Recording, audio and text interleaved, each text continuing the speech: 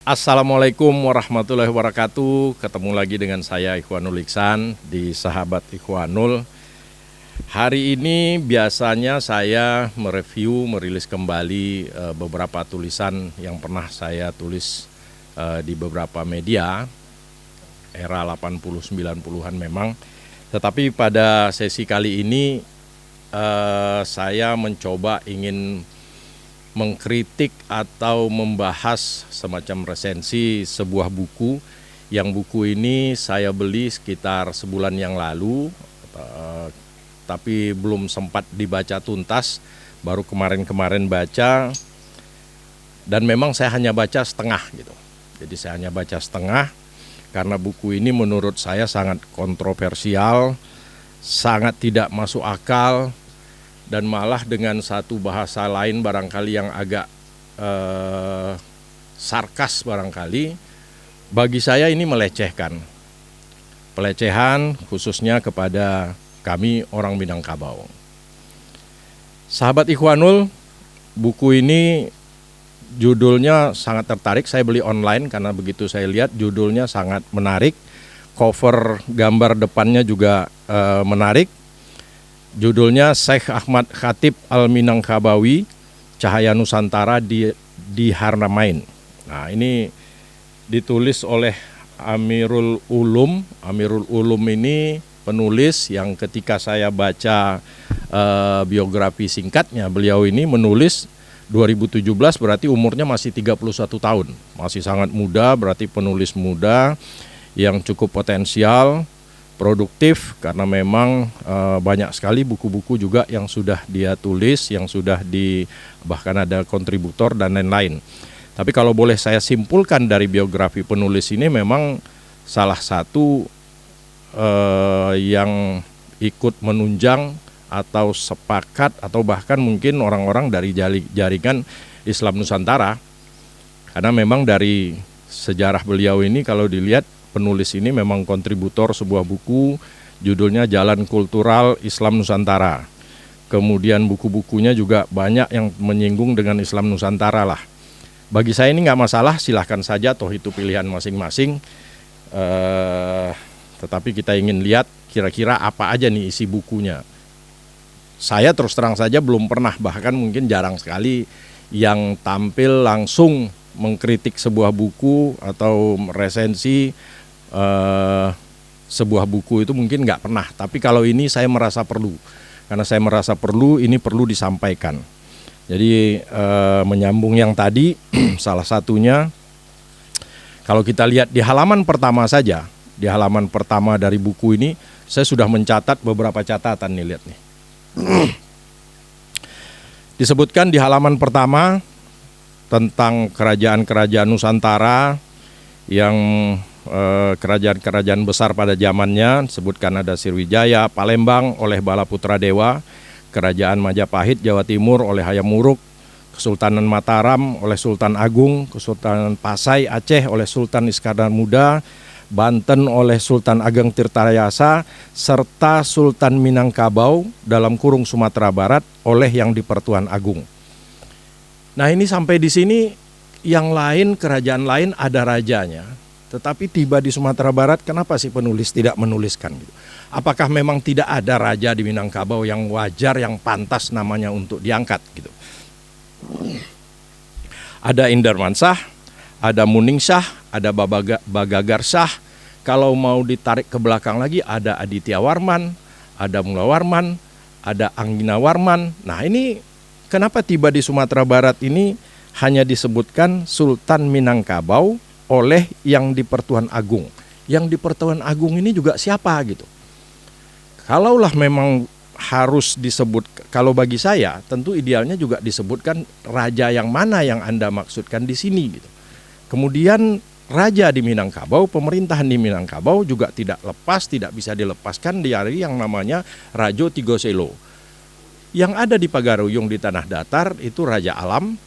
Kalau raja ibadat di Sumpur Kudus, raja adatnya ada di Buwo. Ini harus disebutkan karena dia merupakan tripartit. Ini tiga petinggi di alam Minangkabau yang kita sebut sebagai Rajo Tigoselo gitu. Jadi nggak bisa juga disebutkan satu-satu seperti ini, tapi oke lah, saya juga tidak terlampau mengarah ke situ gitu. Kemudian masuk ke halaman berikutnya, juga banyak sekali nih catatan saya tentang Kerajaan Minangkabau. Ada di halaman 20, disebutkan Datuk Perpatinan Sebatang adalah mertua raja sendiri, Raja Aditya Warman. Nah, padahal di sini disebutkan nih, ada Raja Aditya Warman. Ia adalah pendiri adat Budi Caniago. Ya, kemudian ada Datuk Ketumanggungan yang mendirikan adat Laras Kotopiliang. Apa benar Budi Caniago dan Kotopiliang ini adalah adat gitu? Bagi saya selama ini hampir nggak pernah bahwa adat Minangkabau itu terbagi menjadi dua. Ada adat Budi Caniago, kemudian ada adat Kotopiliang. Kalau itu sistem pemerintahan, oke, benar bahwa itu Budi Caniago adalah sistem pemerintahan di keselarasan Budi Caniago, sedangkan di keselarasan Kotopiliang itu pemerintahannya. Yang satu aristokrat, yang satu birokrat. Pengaruh terhadap bangunan tradisionalnya juga ada pengaruh. Jadi kalau yang Budi Caniago memang rumahnya lantainya datar saja, tidak pakai anjung, sedangkan yang aristokrat tadi itu memakai anjung di kiri kanan bangunannya. Jadi posisi datuk ketika dalam rapat itu juga menentukan di mana dia harus duduk, kemudian masyarakat di bawah. Jadi lagi-lagi ini banyak sekali hal-hal yang menurut saya tidak sesuai. Tapi sah-sah saja, sampai di sini saya masih bisa terima. Mungkin Anda bukan orang Sumatera Barat, mungkin penulis ini juga kurang, karena kalau dilihat dari daftar pustaka, sangat sedikit sekali literatur yang Anda baca kalau mau bercerita, mau menulis tentang Minangkabau. Dan kalau mau menyinggung masalah adat Minangkabau tadi disebutkan ada adat Budi Caniago, lain lagi, ada adat Kotopiliang lain lagi, sedangkan menurut kami ini hanya sebatas sistem pemerintahan karena kita dibagi 2 keselarasan dan 3 luhak. Ada luhak agam, luhak tanah datar, dan luhak 50 kota. Dibagi 3 luhak, 2 keselarasan, ini hanya membedakan sistem pemerintahannya. Tapi kalau adat Minangkabau mungkin pernah dengar ada yang namanya adat Nanampe. Ada adat yang diadatkan, ada adat yang teradatkan, ada adat istiadat, ada adat nan subana adat. Nah, adat yang subana adat, ini adat yang mana yang Anda maksudkan, atau bagaimana pemilahannya ketika berani menyatakan ada adat Budi Caniago dan ada adat Kotopiliang? Tentu menurut saya harusnya buku ini juga menjabarkan lebih lanjut. Kalau tidak, jangan disinggung sama sekali. Sahabat Ikhwanul, masih terkait buku ini, kadang-kadang saya harus ketawa juga bacanya. Jadi membacanya kadang-kadang tertawa dalam sebuah buku ilmiah yang harusnya judulnya Syekh Ahmad Khatib ini, Al-Minangkabawi, sampai halaman sekian saya masih belum melihat atau membaca satu pun nama beliau disebut. Jadi lebih mengarah kepada sejarah perkembangan tentang Minangkabau sendiri. Tapi umumnya hampir seluruhnya saya tidak sepakat gitu. Contoh ini lagi di halaman 23 ditulis, diceritakan ada sepasang saudara yang bernama Prapati Sibatang dan Ki Tamanggungan yang merupakan anggota dari 40 orang yang ikut dalam Bahtera Nabi Nuh. Ya gimana ya, sebuah buku seperti ini ceritanya nanti tentang Syekh Ahmad Khatib Al-Minangkabawi, tapi si penulis menuliskan ada 2 orang bersaudara namanya Prapati Sibatang dan Ki Tamanggungan yang merupakan anggota dari 40 orang yang ikut dalam Bahtera Nabi Nuh.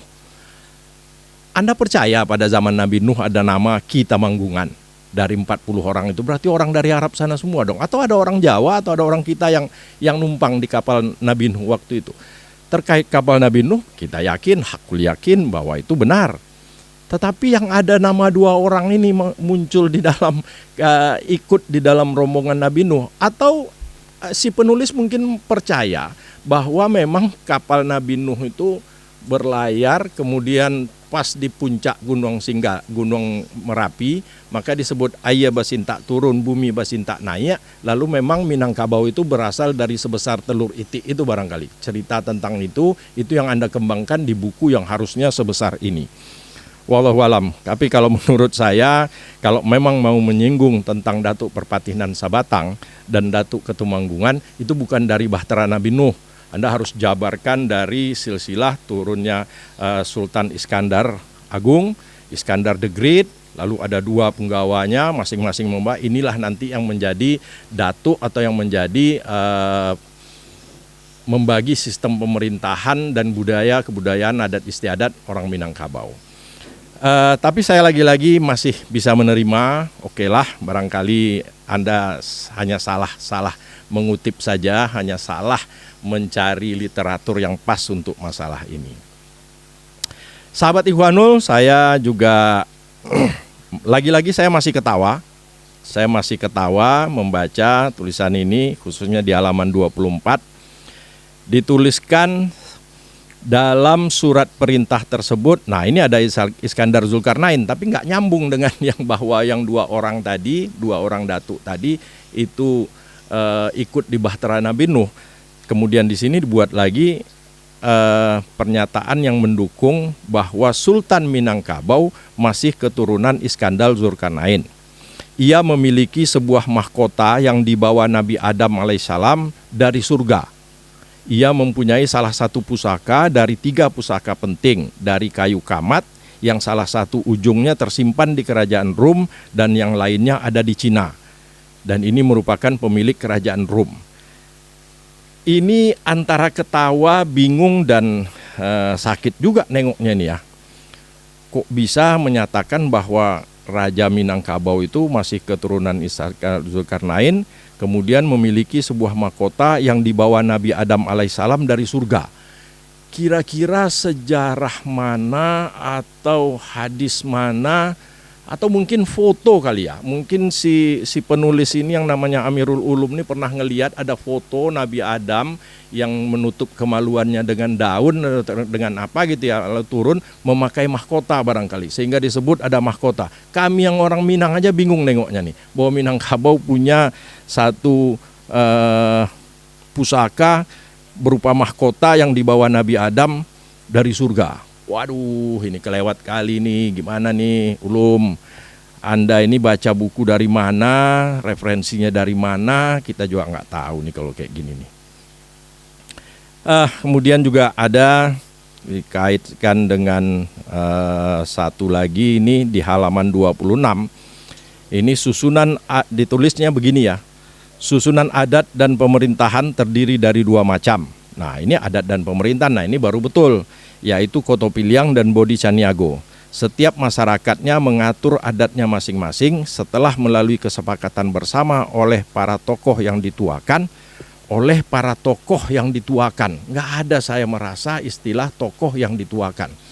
Tetapi memang oleh mereka para penghulu, para raja tadi, ada susunannya, ada strukturnya, itu yang menentukan gitu. Tapi bukan oleh para tokoh yang dituakan. Tokoh yang dituakan bisa saja. Saya di keluarga saya masih punya mama, masih punya nenek mama, masih punya yang lebih tinggi.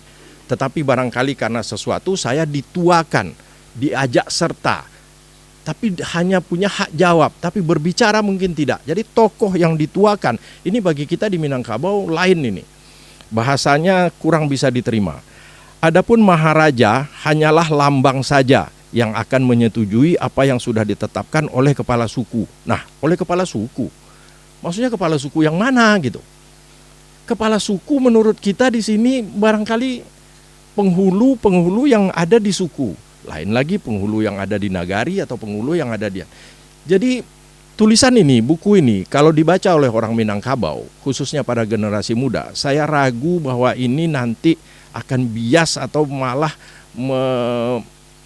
mengaburkan tentang Minangkabau itu sendiri. Jadi kalau mau mengkaitkan antara kesepakatan Bodi Caniago dan Kotopiliang, harusnya Anda buka lagi. Kalau memang mau masuk ke sini harus dibuka. Ketika Kotopiliang dan Bodi Caniago itu bermufakat, rapat atau bersidang, itu diadakannya di mana? Nggak bisa di rumah biasa, bukan di istana, tapi itulah dia yang namanya Balai Rungsari Tabe, itu tempat di Lareh Nan Panjang. Kalau Sumatera Barat itu, Minangkabau itu dibagi 2, ada keselarasan Bodi Caniago dan Kotopiliang, tetapi di tengah-tengah itu kita sebut sebagai Lareh Nan Panjang. Nah, di Balai Rungsari itulah dilakukan. Jadi pisang si kalek-kalek hutan, pisang timbatu indak bagatah. Bodi Caniago inyo bukan, Koto Piliang inyo antah. Katakanlah di Lareh nan Panjang itu adalah daerah netral, di sanalah dibicarakan. Tapi juga yang ikut ini bukan para tokoh yang dituakan, tidak. Wah, ini memang, dan lagi ditetapkan oleh kepala suku. Maksudnya kepala suku ini kepala suku yang mana? Suku Bodi kah, suku Caniago kah, atau hanya suku Koto, suku Piliang? Waduh, ini kacau juga nih si Ulum ini nih. Kemudian di halaman 27 juga ada, ini nggak bisa sebenarnya berdiri sendiri seperti ini, lagi-lagi ini akan, menurut saya, lagi-lagi ini akan mengaburkan sejarah atau malah bisa diterima lain oleh khususnya kalau generasi muda Minangkabau yang membaca buku Anda ini. Dituliskan Syekh Sulaiman Ar-Rasuli mengatakan, adat yang sebenar adat di Minangkabau tidak ada yang bertentangan dengan agama Islam. Setuju, sepakat. Bahkan adat yang sebenar adat adalah pelaksanaan dari ajaran agama Islam. Sesuai dengan falsafah adat Minangkabau, adat Basandi Sarak, Sarak Basandi Kitabullah. Kalau mau menuliskan adat yang sebenar adat, ini yang saya maksudkan tadi, jangan satu garis ini aja gitu. Berarti ada adat yang palsu dong, kan bisa timbul pengertian yang seperti itu. Adat yang sebenar adat di Minangkabau tidak ada yang bertentangan dengan agama Islam. Lalu adat yang mana yang bertentangan dengan agama Islam? Kalau ada yang tidak bertentangan, tentu harusnya ada juga yang bertentangan. Nah, saya bertanya, adat yang mana? Dan harusnya di sini juga dijabarkan sebagaimana yang saya sebutkan tadi, bahwa di Minangkabau adat itu terbagi 4. Ada adat yang diadatkan, ada adat yang teradatkan, ada adat istiadat, dan ada adat yang subana adat. Adat yang subana adat ini yang tidak bertentangan. Oke, saya terima. Tapi di dalam adat istiadat, dalam adat yang diadatkan, adat yang teradatkan, yang mana bagian yang bertentangan dengan Islam? Sedangkan ujungnya, pucuknya kita percaya bahwa adat Basandi Sarak, Sarak Basandi Kitabullah. Nah, kalimat-kalimat yang seperti ini sungguh sangat mengganggu bagi saya. Tapi saya pikir okelah, bagi saya mungkin karena ketidaktahuan Anda, karena minimnya literatur yang Anda baca, dan lain-lain. Nah, dari 100, kalau kita lihat buku ini ada 100 berapa halaman ini ya?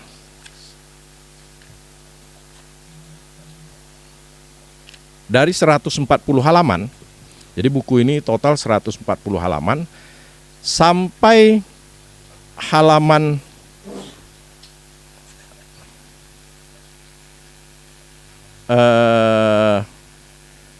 50 ini belum ada satupun yang bercerita tentang Syekh Ahmad Khatib. Baru mulai di halaman 51 Anda bicara tentang Syekh Ahmad Khatib Al-Minangkabawi. Saya terus terang belum pernah baca sampai di sini. Karena bagi saya pribadi terus terang, jika di awalnya saja setengah dari buku ini sudah ngawur semua, saya merasa tidak perlu lagi saya baca halaman yang ini gitu. Mungkin suatu saat nanti kalau pikiran sudah agak tenang baru saya bacalah gitu. Apalagi saya coba ke belakang terkait dengan literatur yang Anda muat atau yang Anda rilis ini, banyak sekali buku-buku yang menjadi literatur Anda ini hanya 2 buku saja yang betul-betul terkait dengan Syekh Ahmad Khatib. Banyak buku tentang Syekh Ahmad Khatib, tapi hanya 2, itu pun saya belum pernah dengar. Begitu juga dengan yang terkait adat budaya Minangkabau, ini juga cuma 2. Jadi mengambilnya dari cerita rakyat Sumatera Barat asal-usul Minangkabau, cerita dongeng rakyat. Masa dongeng Anda ambil sebagai referensi untuk sebuah buku yang seperti ini? Saya juga malah bingung, apa kurang literatur tentang Minangkabau? Apa kurang tambul alam di Minangkabau yang harusnya bisa Anda cari, yang harusnya Anda simpulkan sehingga nggak ngacau seperti ini? Nah, ini terakhir, barangkali untuk membahas yang terakhir ini saya perlu minum dulu. Karena supaya tenang, supaya saya bisa lebih adem, saya harus minum dulu. Ini kopi latte buatan Cinos, top lah pokoknya gitu.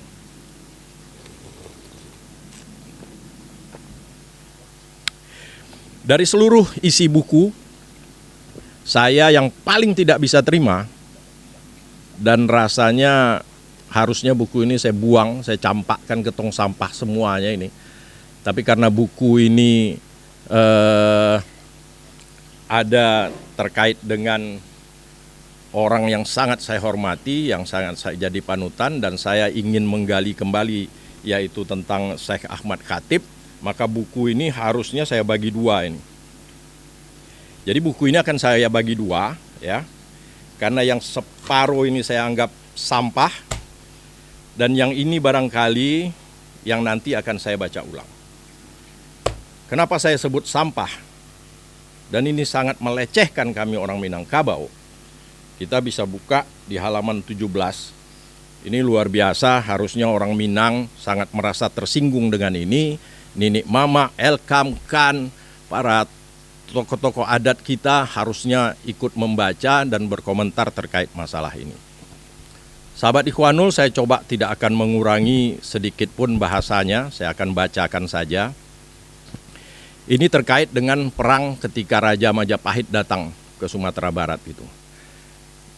Mungkin ini maksudnya terkait dengan nama Minangkabau. Oke lah, cuman yang ditulis di sini dan ini tidak ada footnote, sehingga ini pendapat analisa pribadi dari si penulis ini sendiri. Yang penulis namanya tadi siapa namanya? Amirul Ulum. Itu ditulis begini, saya bacakan. Agar pasukan Majapahit merasa dihormati, diutuslah putri Raja Pagaruyung, yaitu Tante Jogarhano. Jadi supaya kita orang Minangkabau jangan diserang, karena utusan Majapahit demikian besarnya, demikian bala tentaranya sangat kuat yang datang, dan supaya mereka merasa dihormati, maka diutuslah putri Raja Pagaruyung, yaitu Tante Jogarhano. Nah pertanyaannya, sejak kapan Tante Jogarhano jadi putri raja di Pagaruyung gitu? Apa saya yang salah atau ada literatur yang lain bahwa Datuk Tante Jogarhano yang disebutkan sebagai arsiteknya bangunan tradisional Minangkabau, itu yang disebut sebagai orang yang membangun, yang mendirikan, yang merancang, membangun Balai Rungsari Tabe, yang disebutkan balai-balai Saruang Panjang, nan batonggak tareh jilatang, bakasau manulang ikan, nan babuli-buli batu, nan balapiak salai hilalang, nan matok sadang duduk, buatan Datuk Tante Jogarhano. Jelas sekali. Dan kuburan panjang yang ada di Desa Pariangan, kuburan panjang yang 20 meter itu, disitulah berkubur Datuk Tante Jogarhano. Terlepas dari benar atau tidaknya, tapi begitu yang kita yakini. Dan ketika beliau tingginya 20 meter, kalau kuburannya panjang 20, maka lebih kurang segitu, wajar betul petatah di Minangkabau, nan matok sadang duduk. Jadi dia sambil duduk tuh memasang atap dari bangunan Balai Rungsari. Nah di buku ini disebut putri Raja Pagaruyung namanya Tante Jogarhano. Ia merupakan seorang gadis yang mempunyai tata krama luhur dan lembut hatinya. Ia bersama dengan gadis-gadis Pagaruyung didandani dengan sedemikian cantiknya, diperintahkan pergi untuk menemui pasukan Majapahit di perbatasan. Pasukan Majapahit menyangka mereka akan disambut dengan pasukan perang.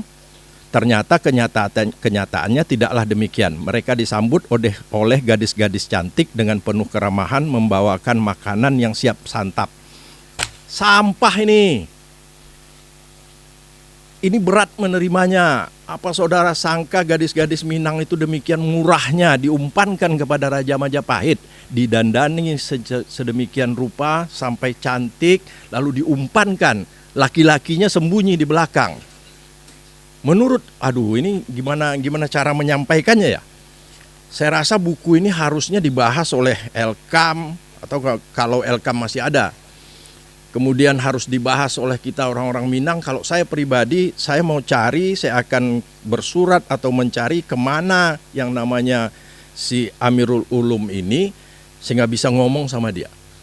Di dalam Minangkabau, gadis perempuan itu letaknya di Anjuang Paranginan. Begitu kita menyembunyikan gadis-gadis Minang, bukan diobral seperti itu, tidak. Datang tamu aja, ketika perempuan atau anak gadis yang meletakkan minum, itu penuh dengan tata krama seperti yang saya sebutkan tadi. Senyum ketawa aja udah kena, mungkin di belakang di dapur udah kena cubit. Melihat 2-3 kali kepada tamu yang datang, itu juga udah nggak boleh gitu. Ada yang namanya sumbang 12. Ada sumbang berbicara, sumbang menatap, sumbang berjalan, sumbang duduk, sampai semua 12 tata krama yang harus dipegang, yang harus dipakai oleh gadis di Minangkabau. Di dalam buku ini dituliskan gadis-gadis Minangkabau termasuk Putri Raja semacam diumpankan ke kerajaan Majapahit karena takut. Sejak kapan orang Minang takut gitu? Kalau cerdik iya, tapi kalau takut dengan kerajaan yang datang, saya rasa waduh luar biasa. Sahabat Ikhwanul, saya agak susah menahan. Saya hanya bisa barangkali sampai di sini, tapi ini saya akan teruskan, saya akan coba mencari rekam jejaknya siapa yang namanya Amirul Ulum ini, dan saya putuskan bahwa separuh buku ini nggak perlu karena ini sampah, dan yang separuh lagi karena saya beli cukup mahal dengan uang sendiri, ini akan saya baca kemudian. Mudah-mudahan di bab tentang Ahmad Khatib Al-Minangkabawi saya tidak temukan lagi hal-hal seperti adat dalam sejarah adat budaya Minangkabau. Demikian saja sahabat Ikhwanul, sampai ketemu di sesi berikutnya. Billahi taufik wal hidayah. Wassalamualaikum warahmatullahi wabarakatuh.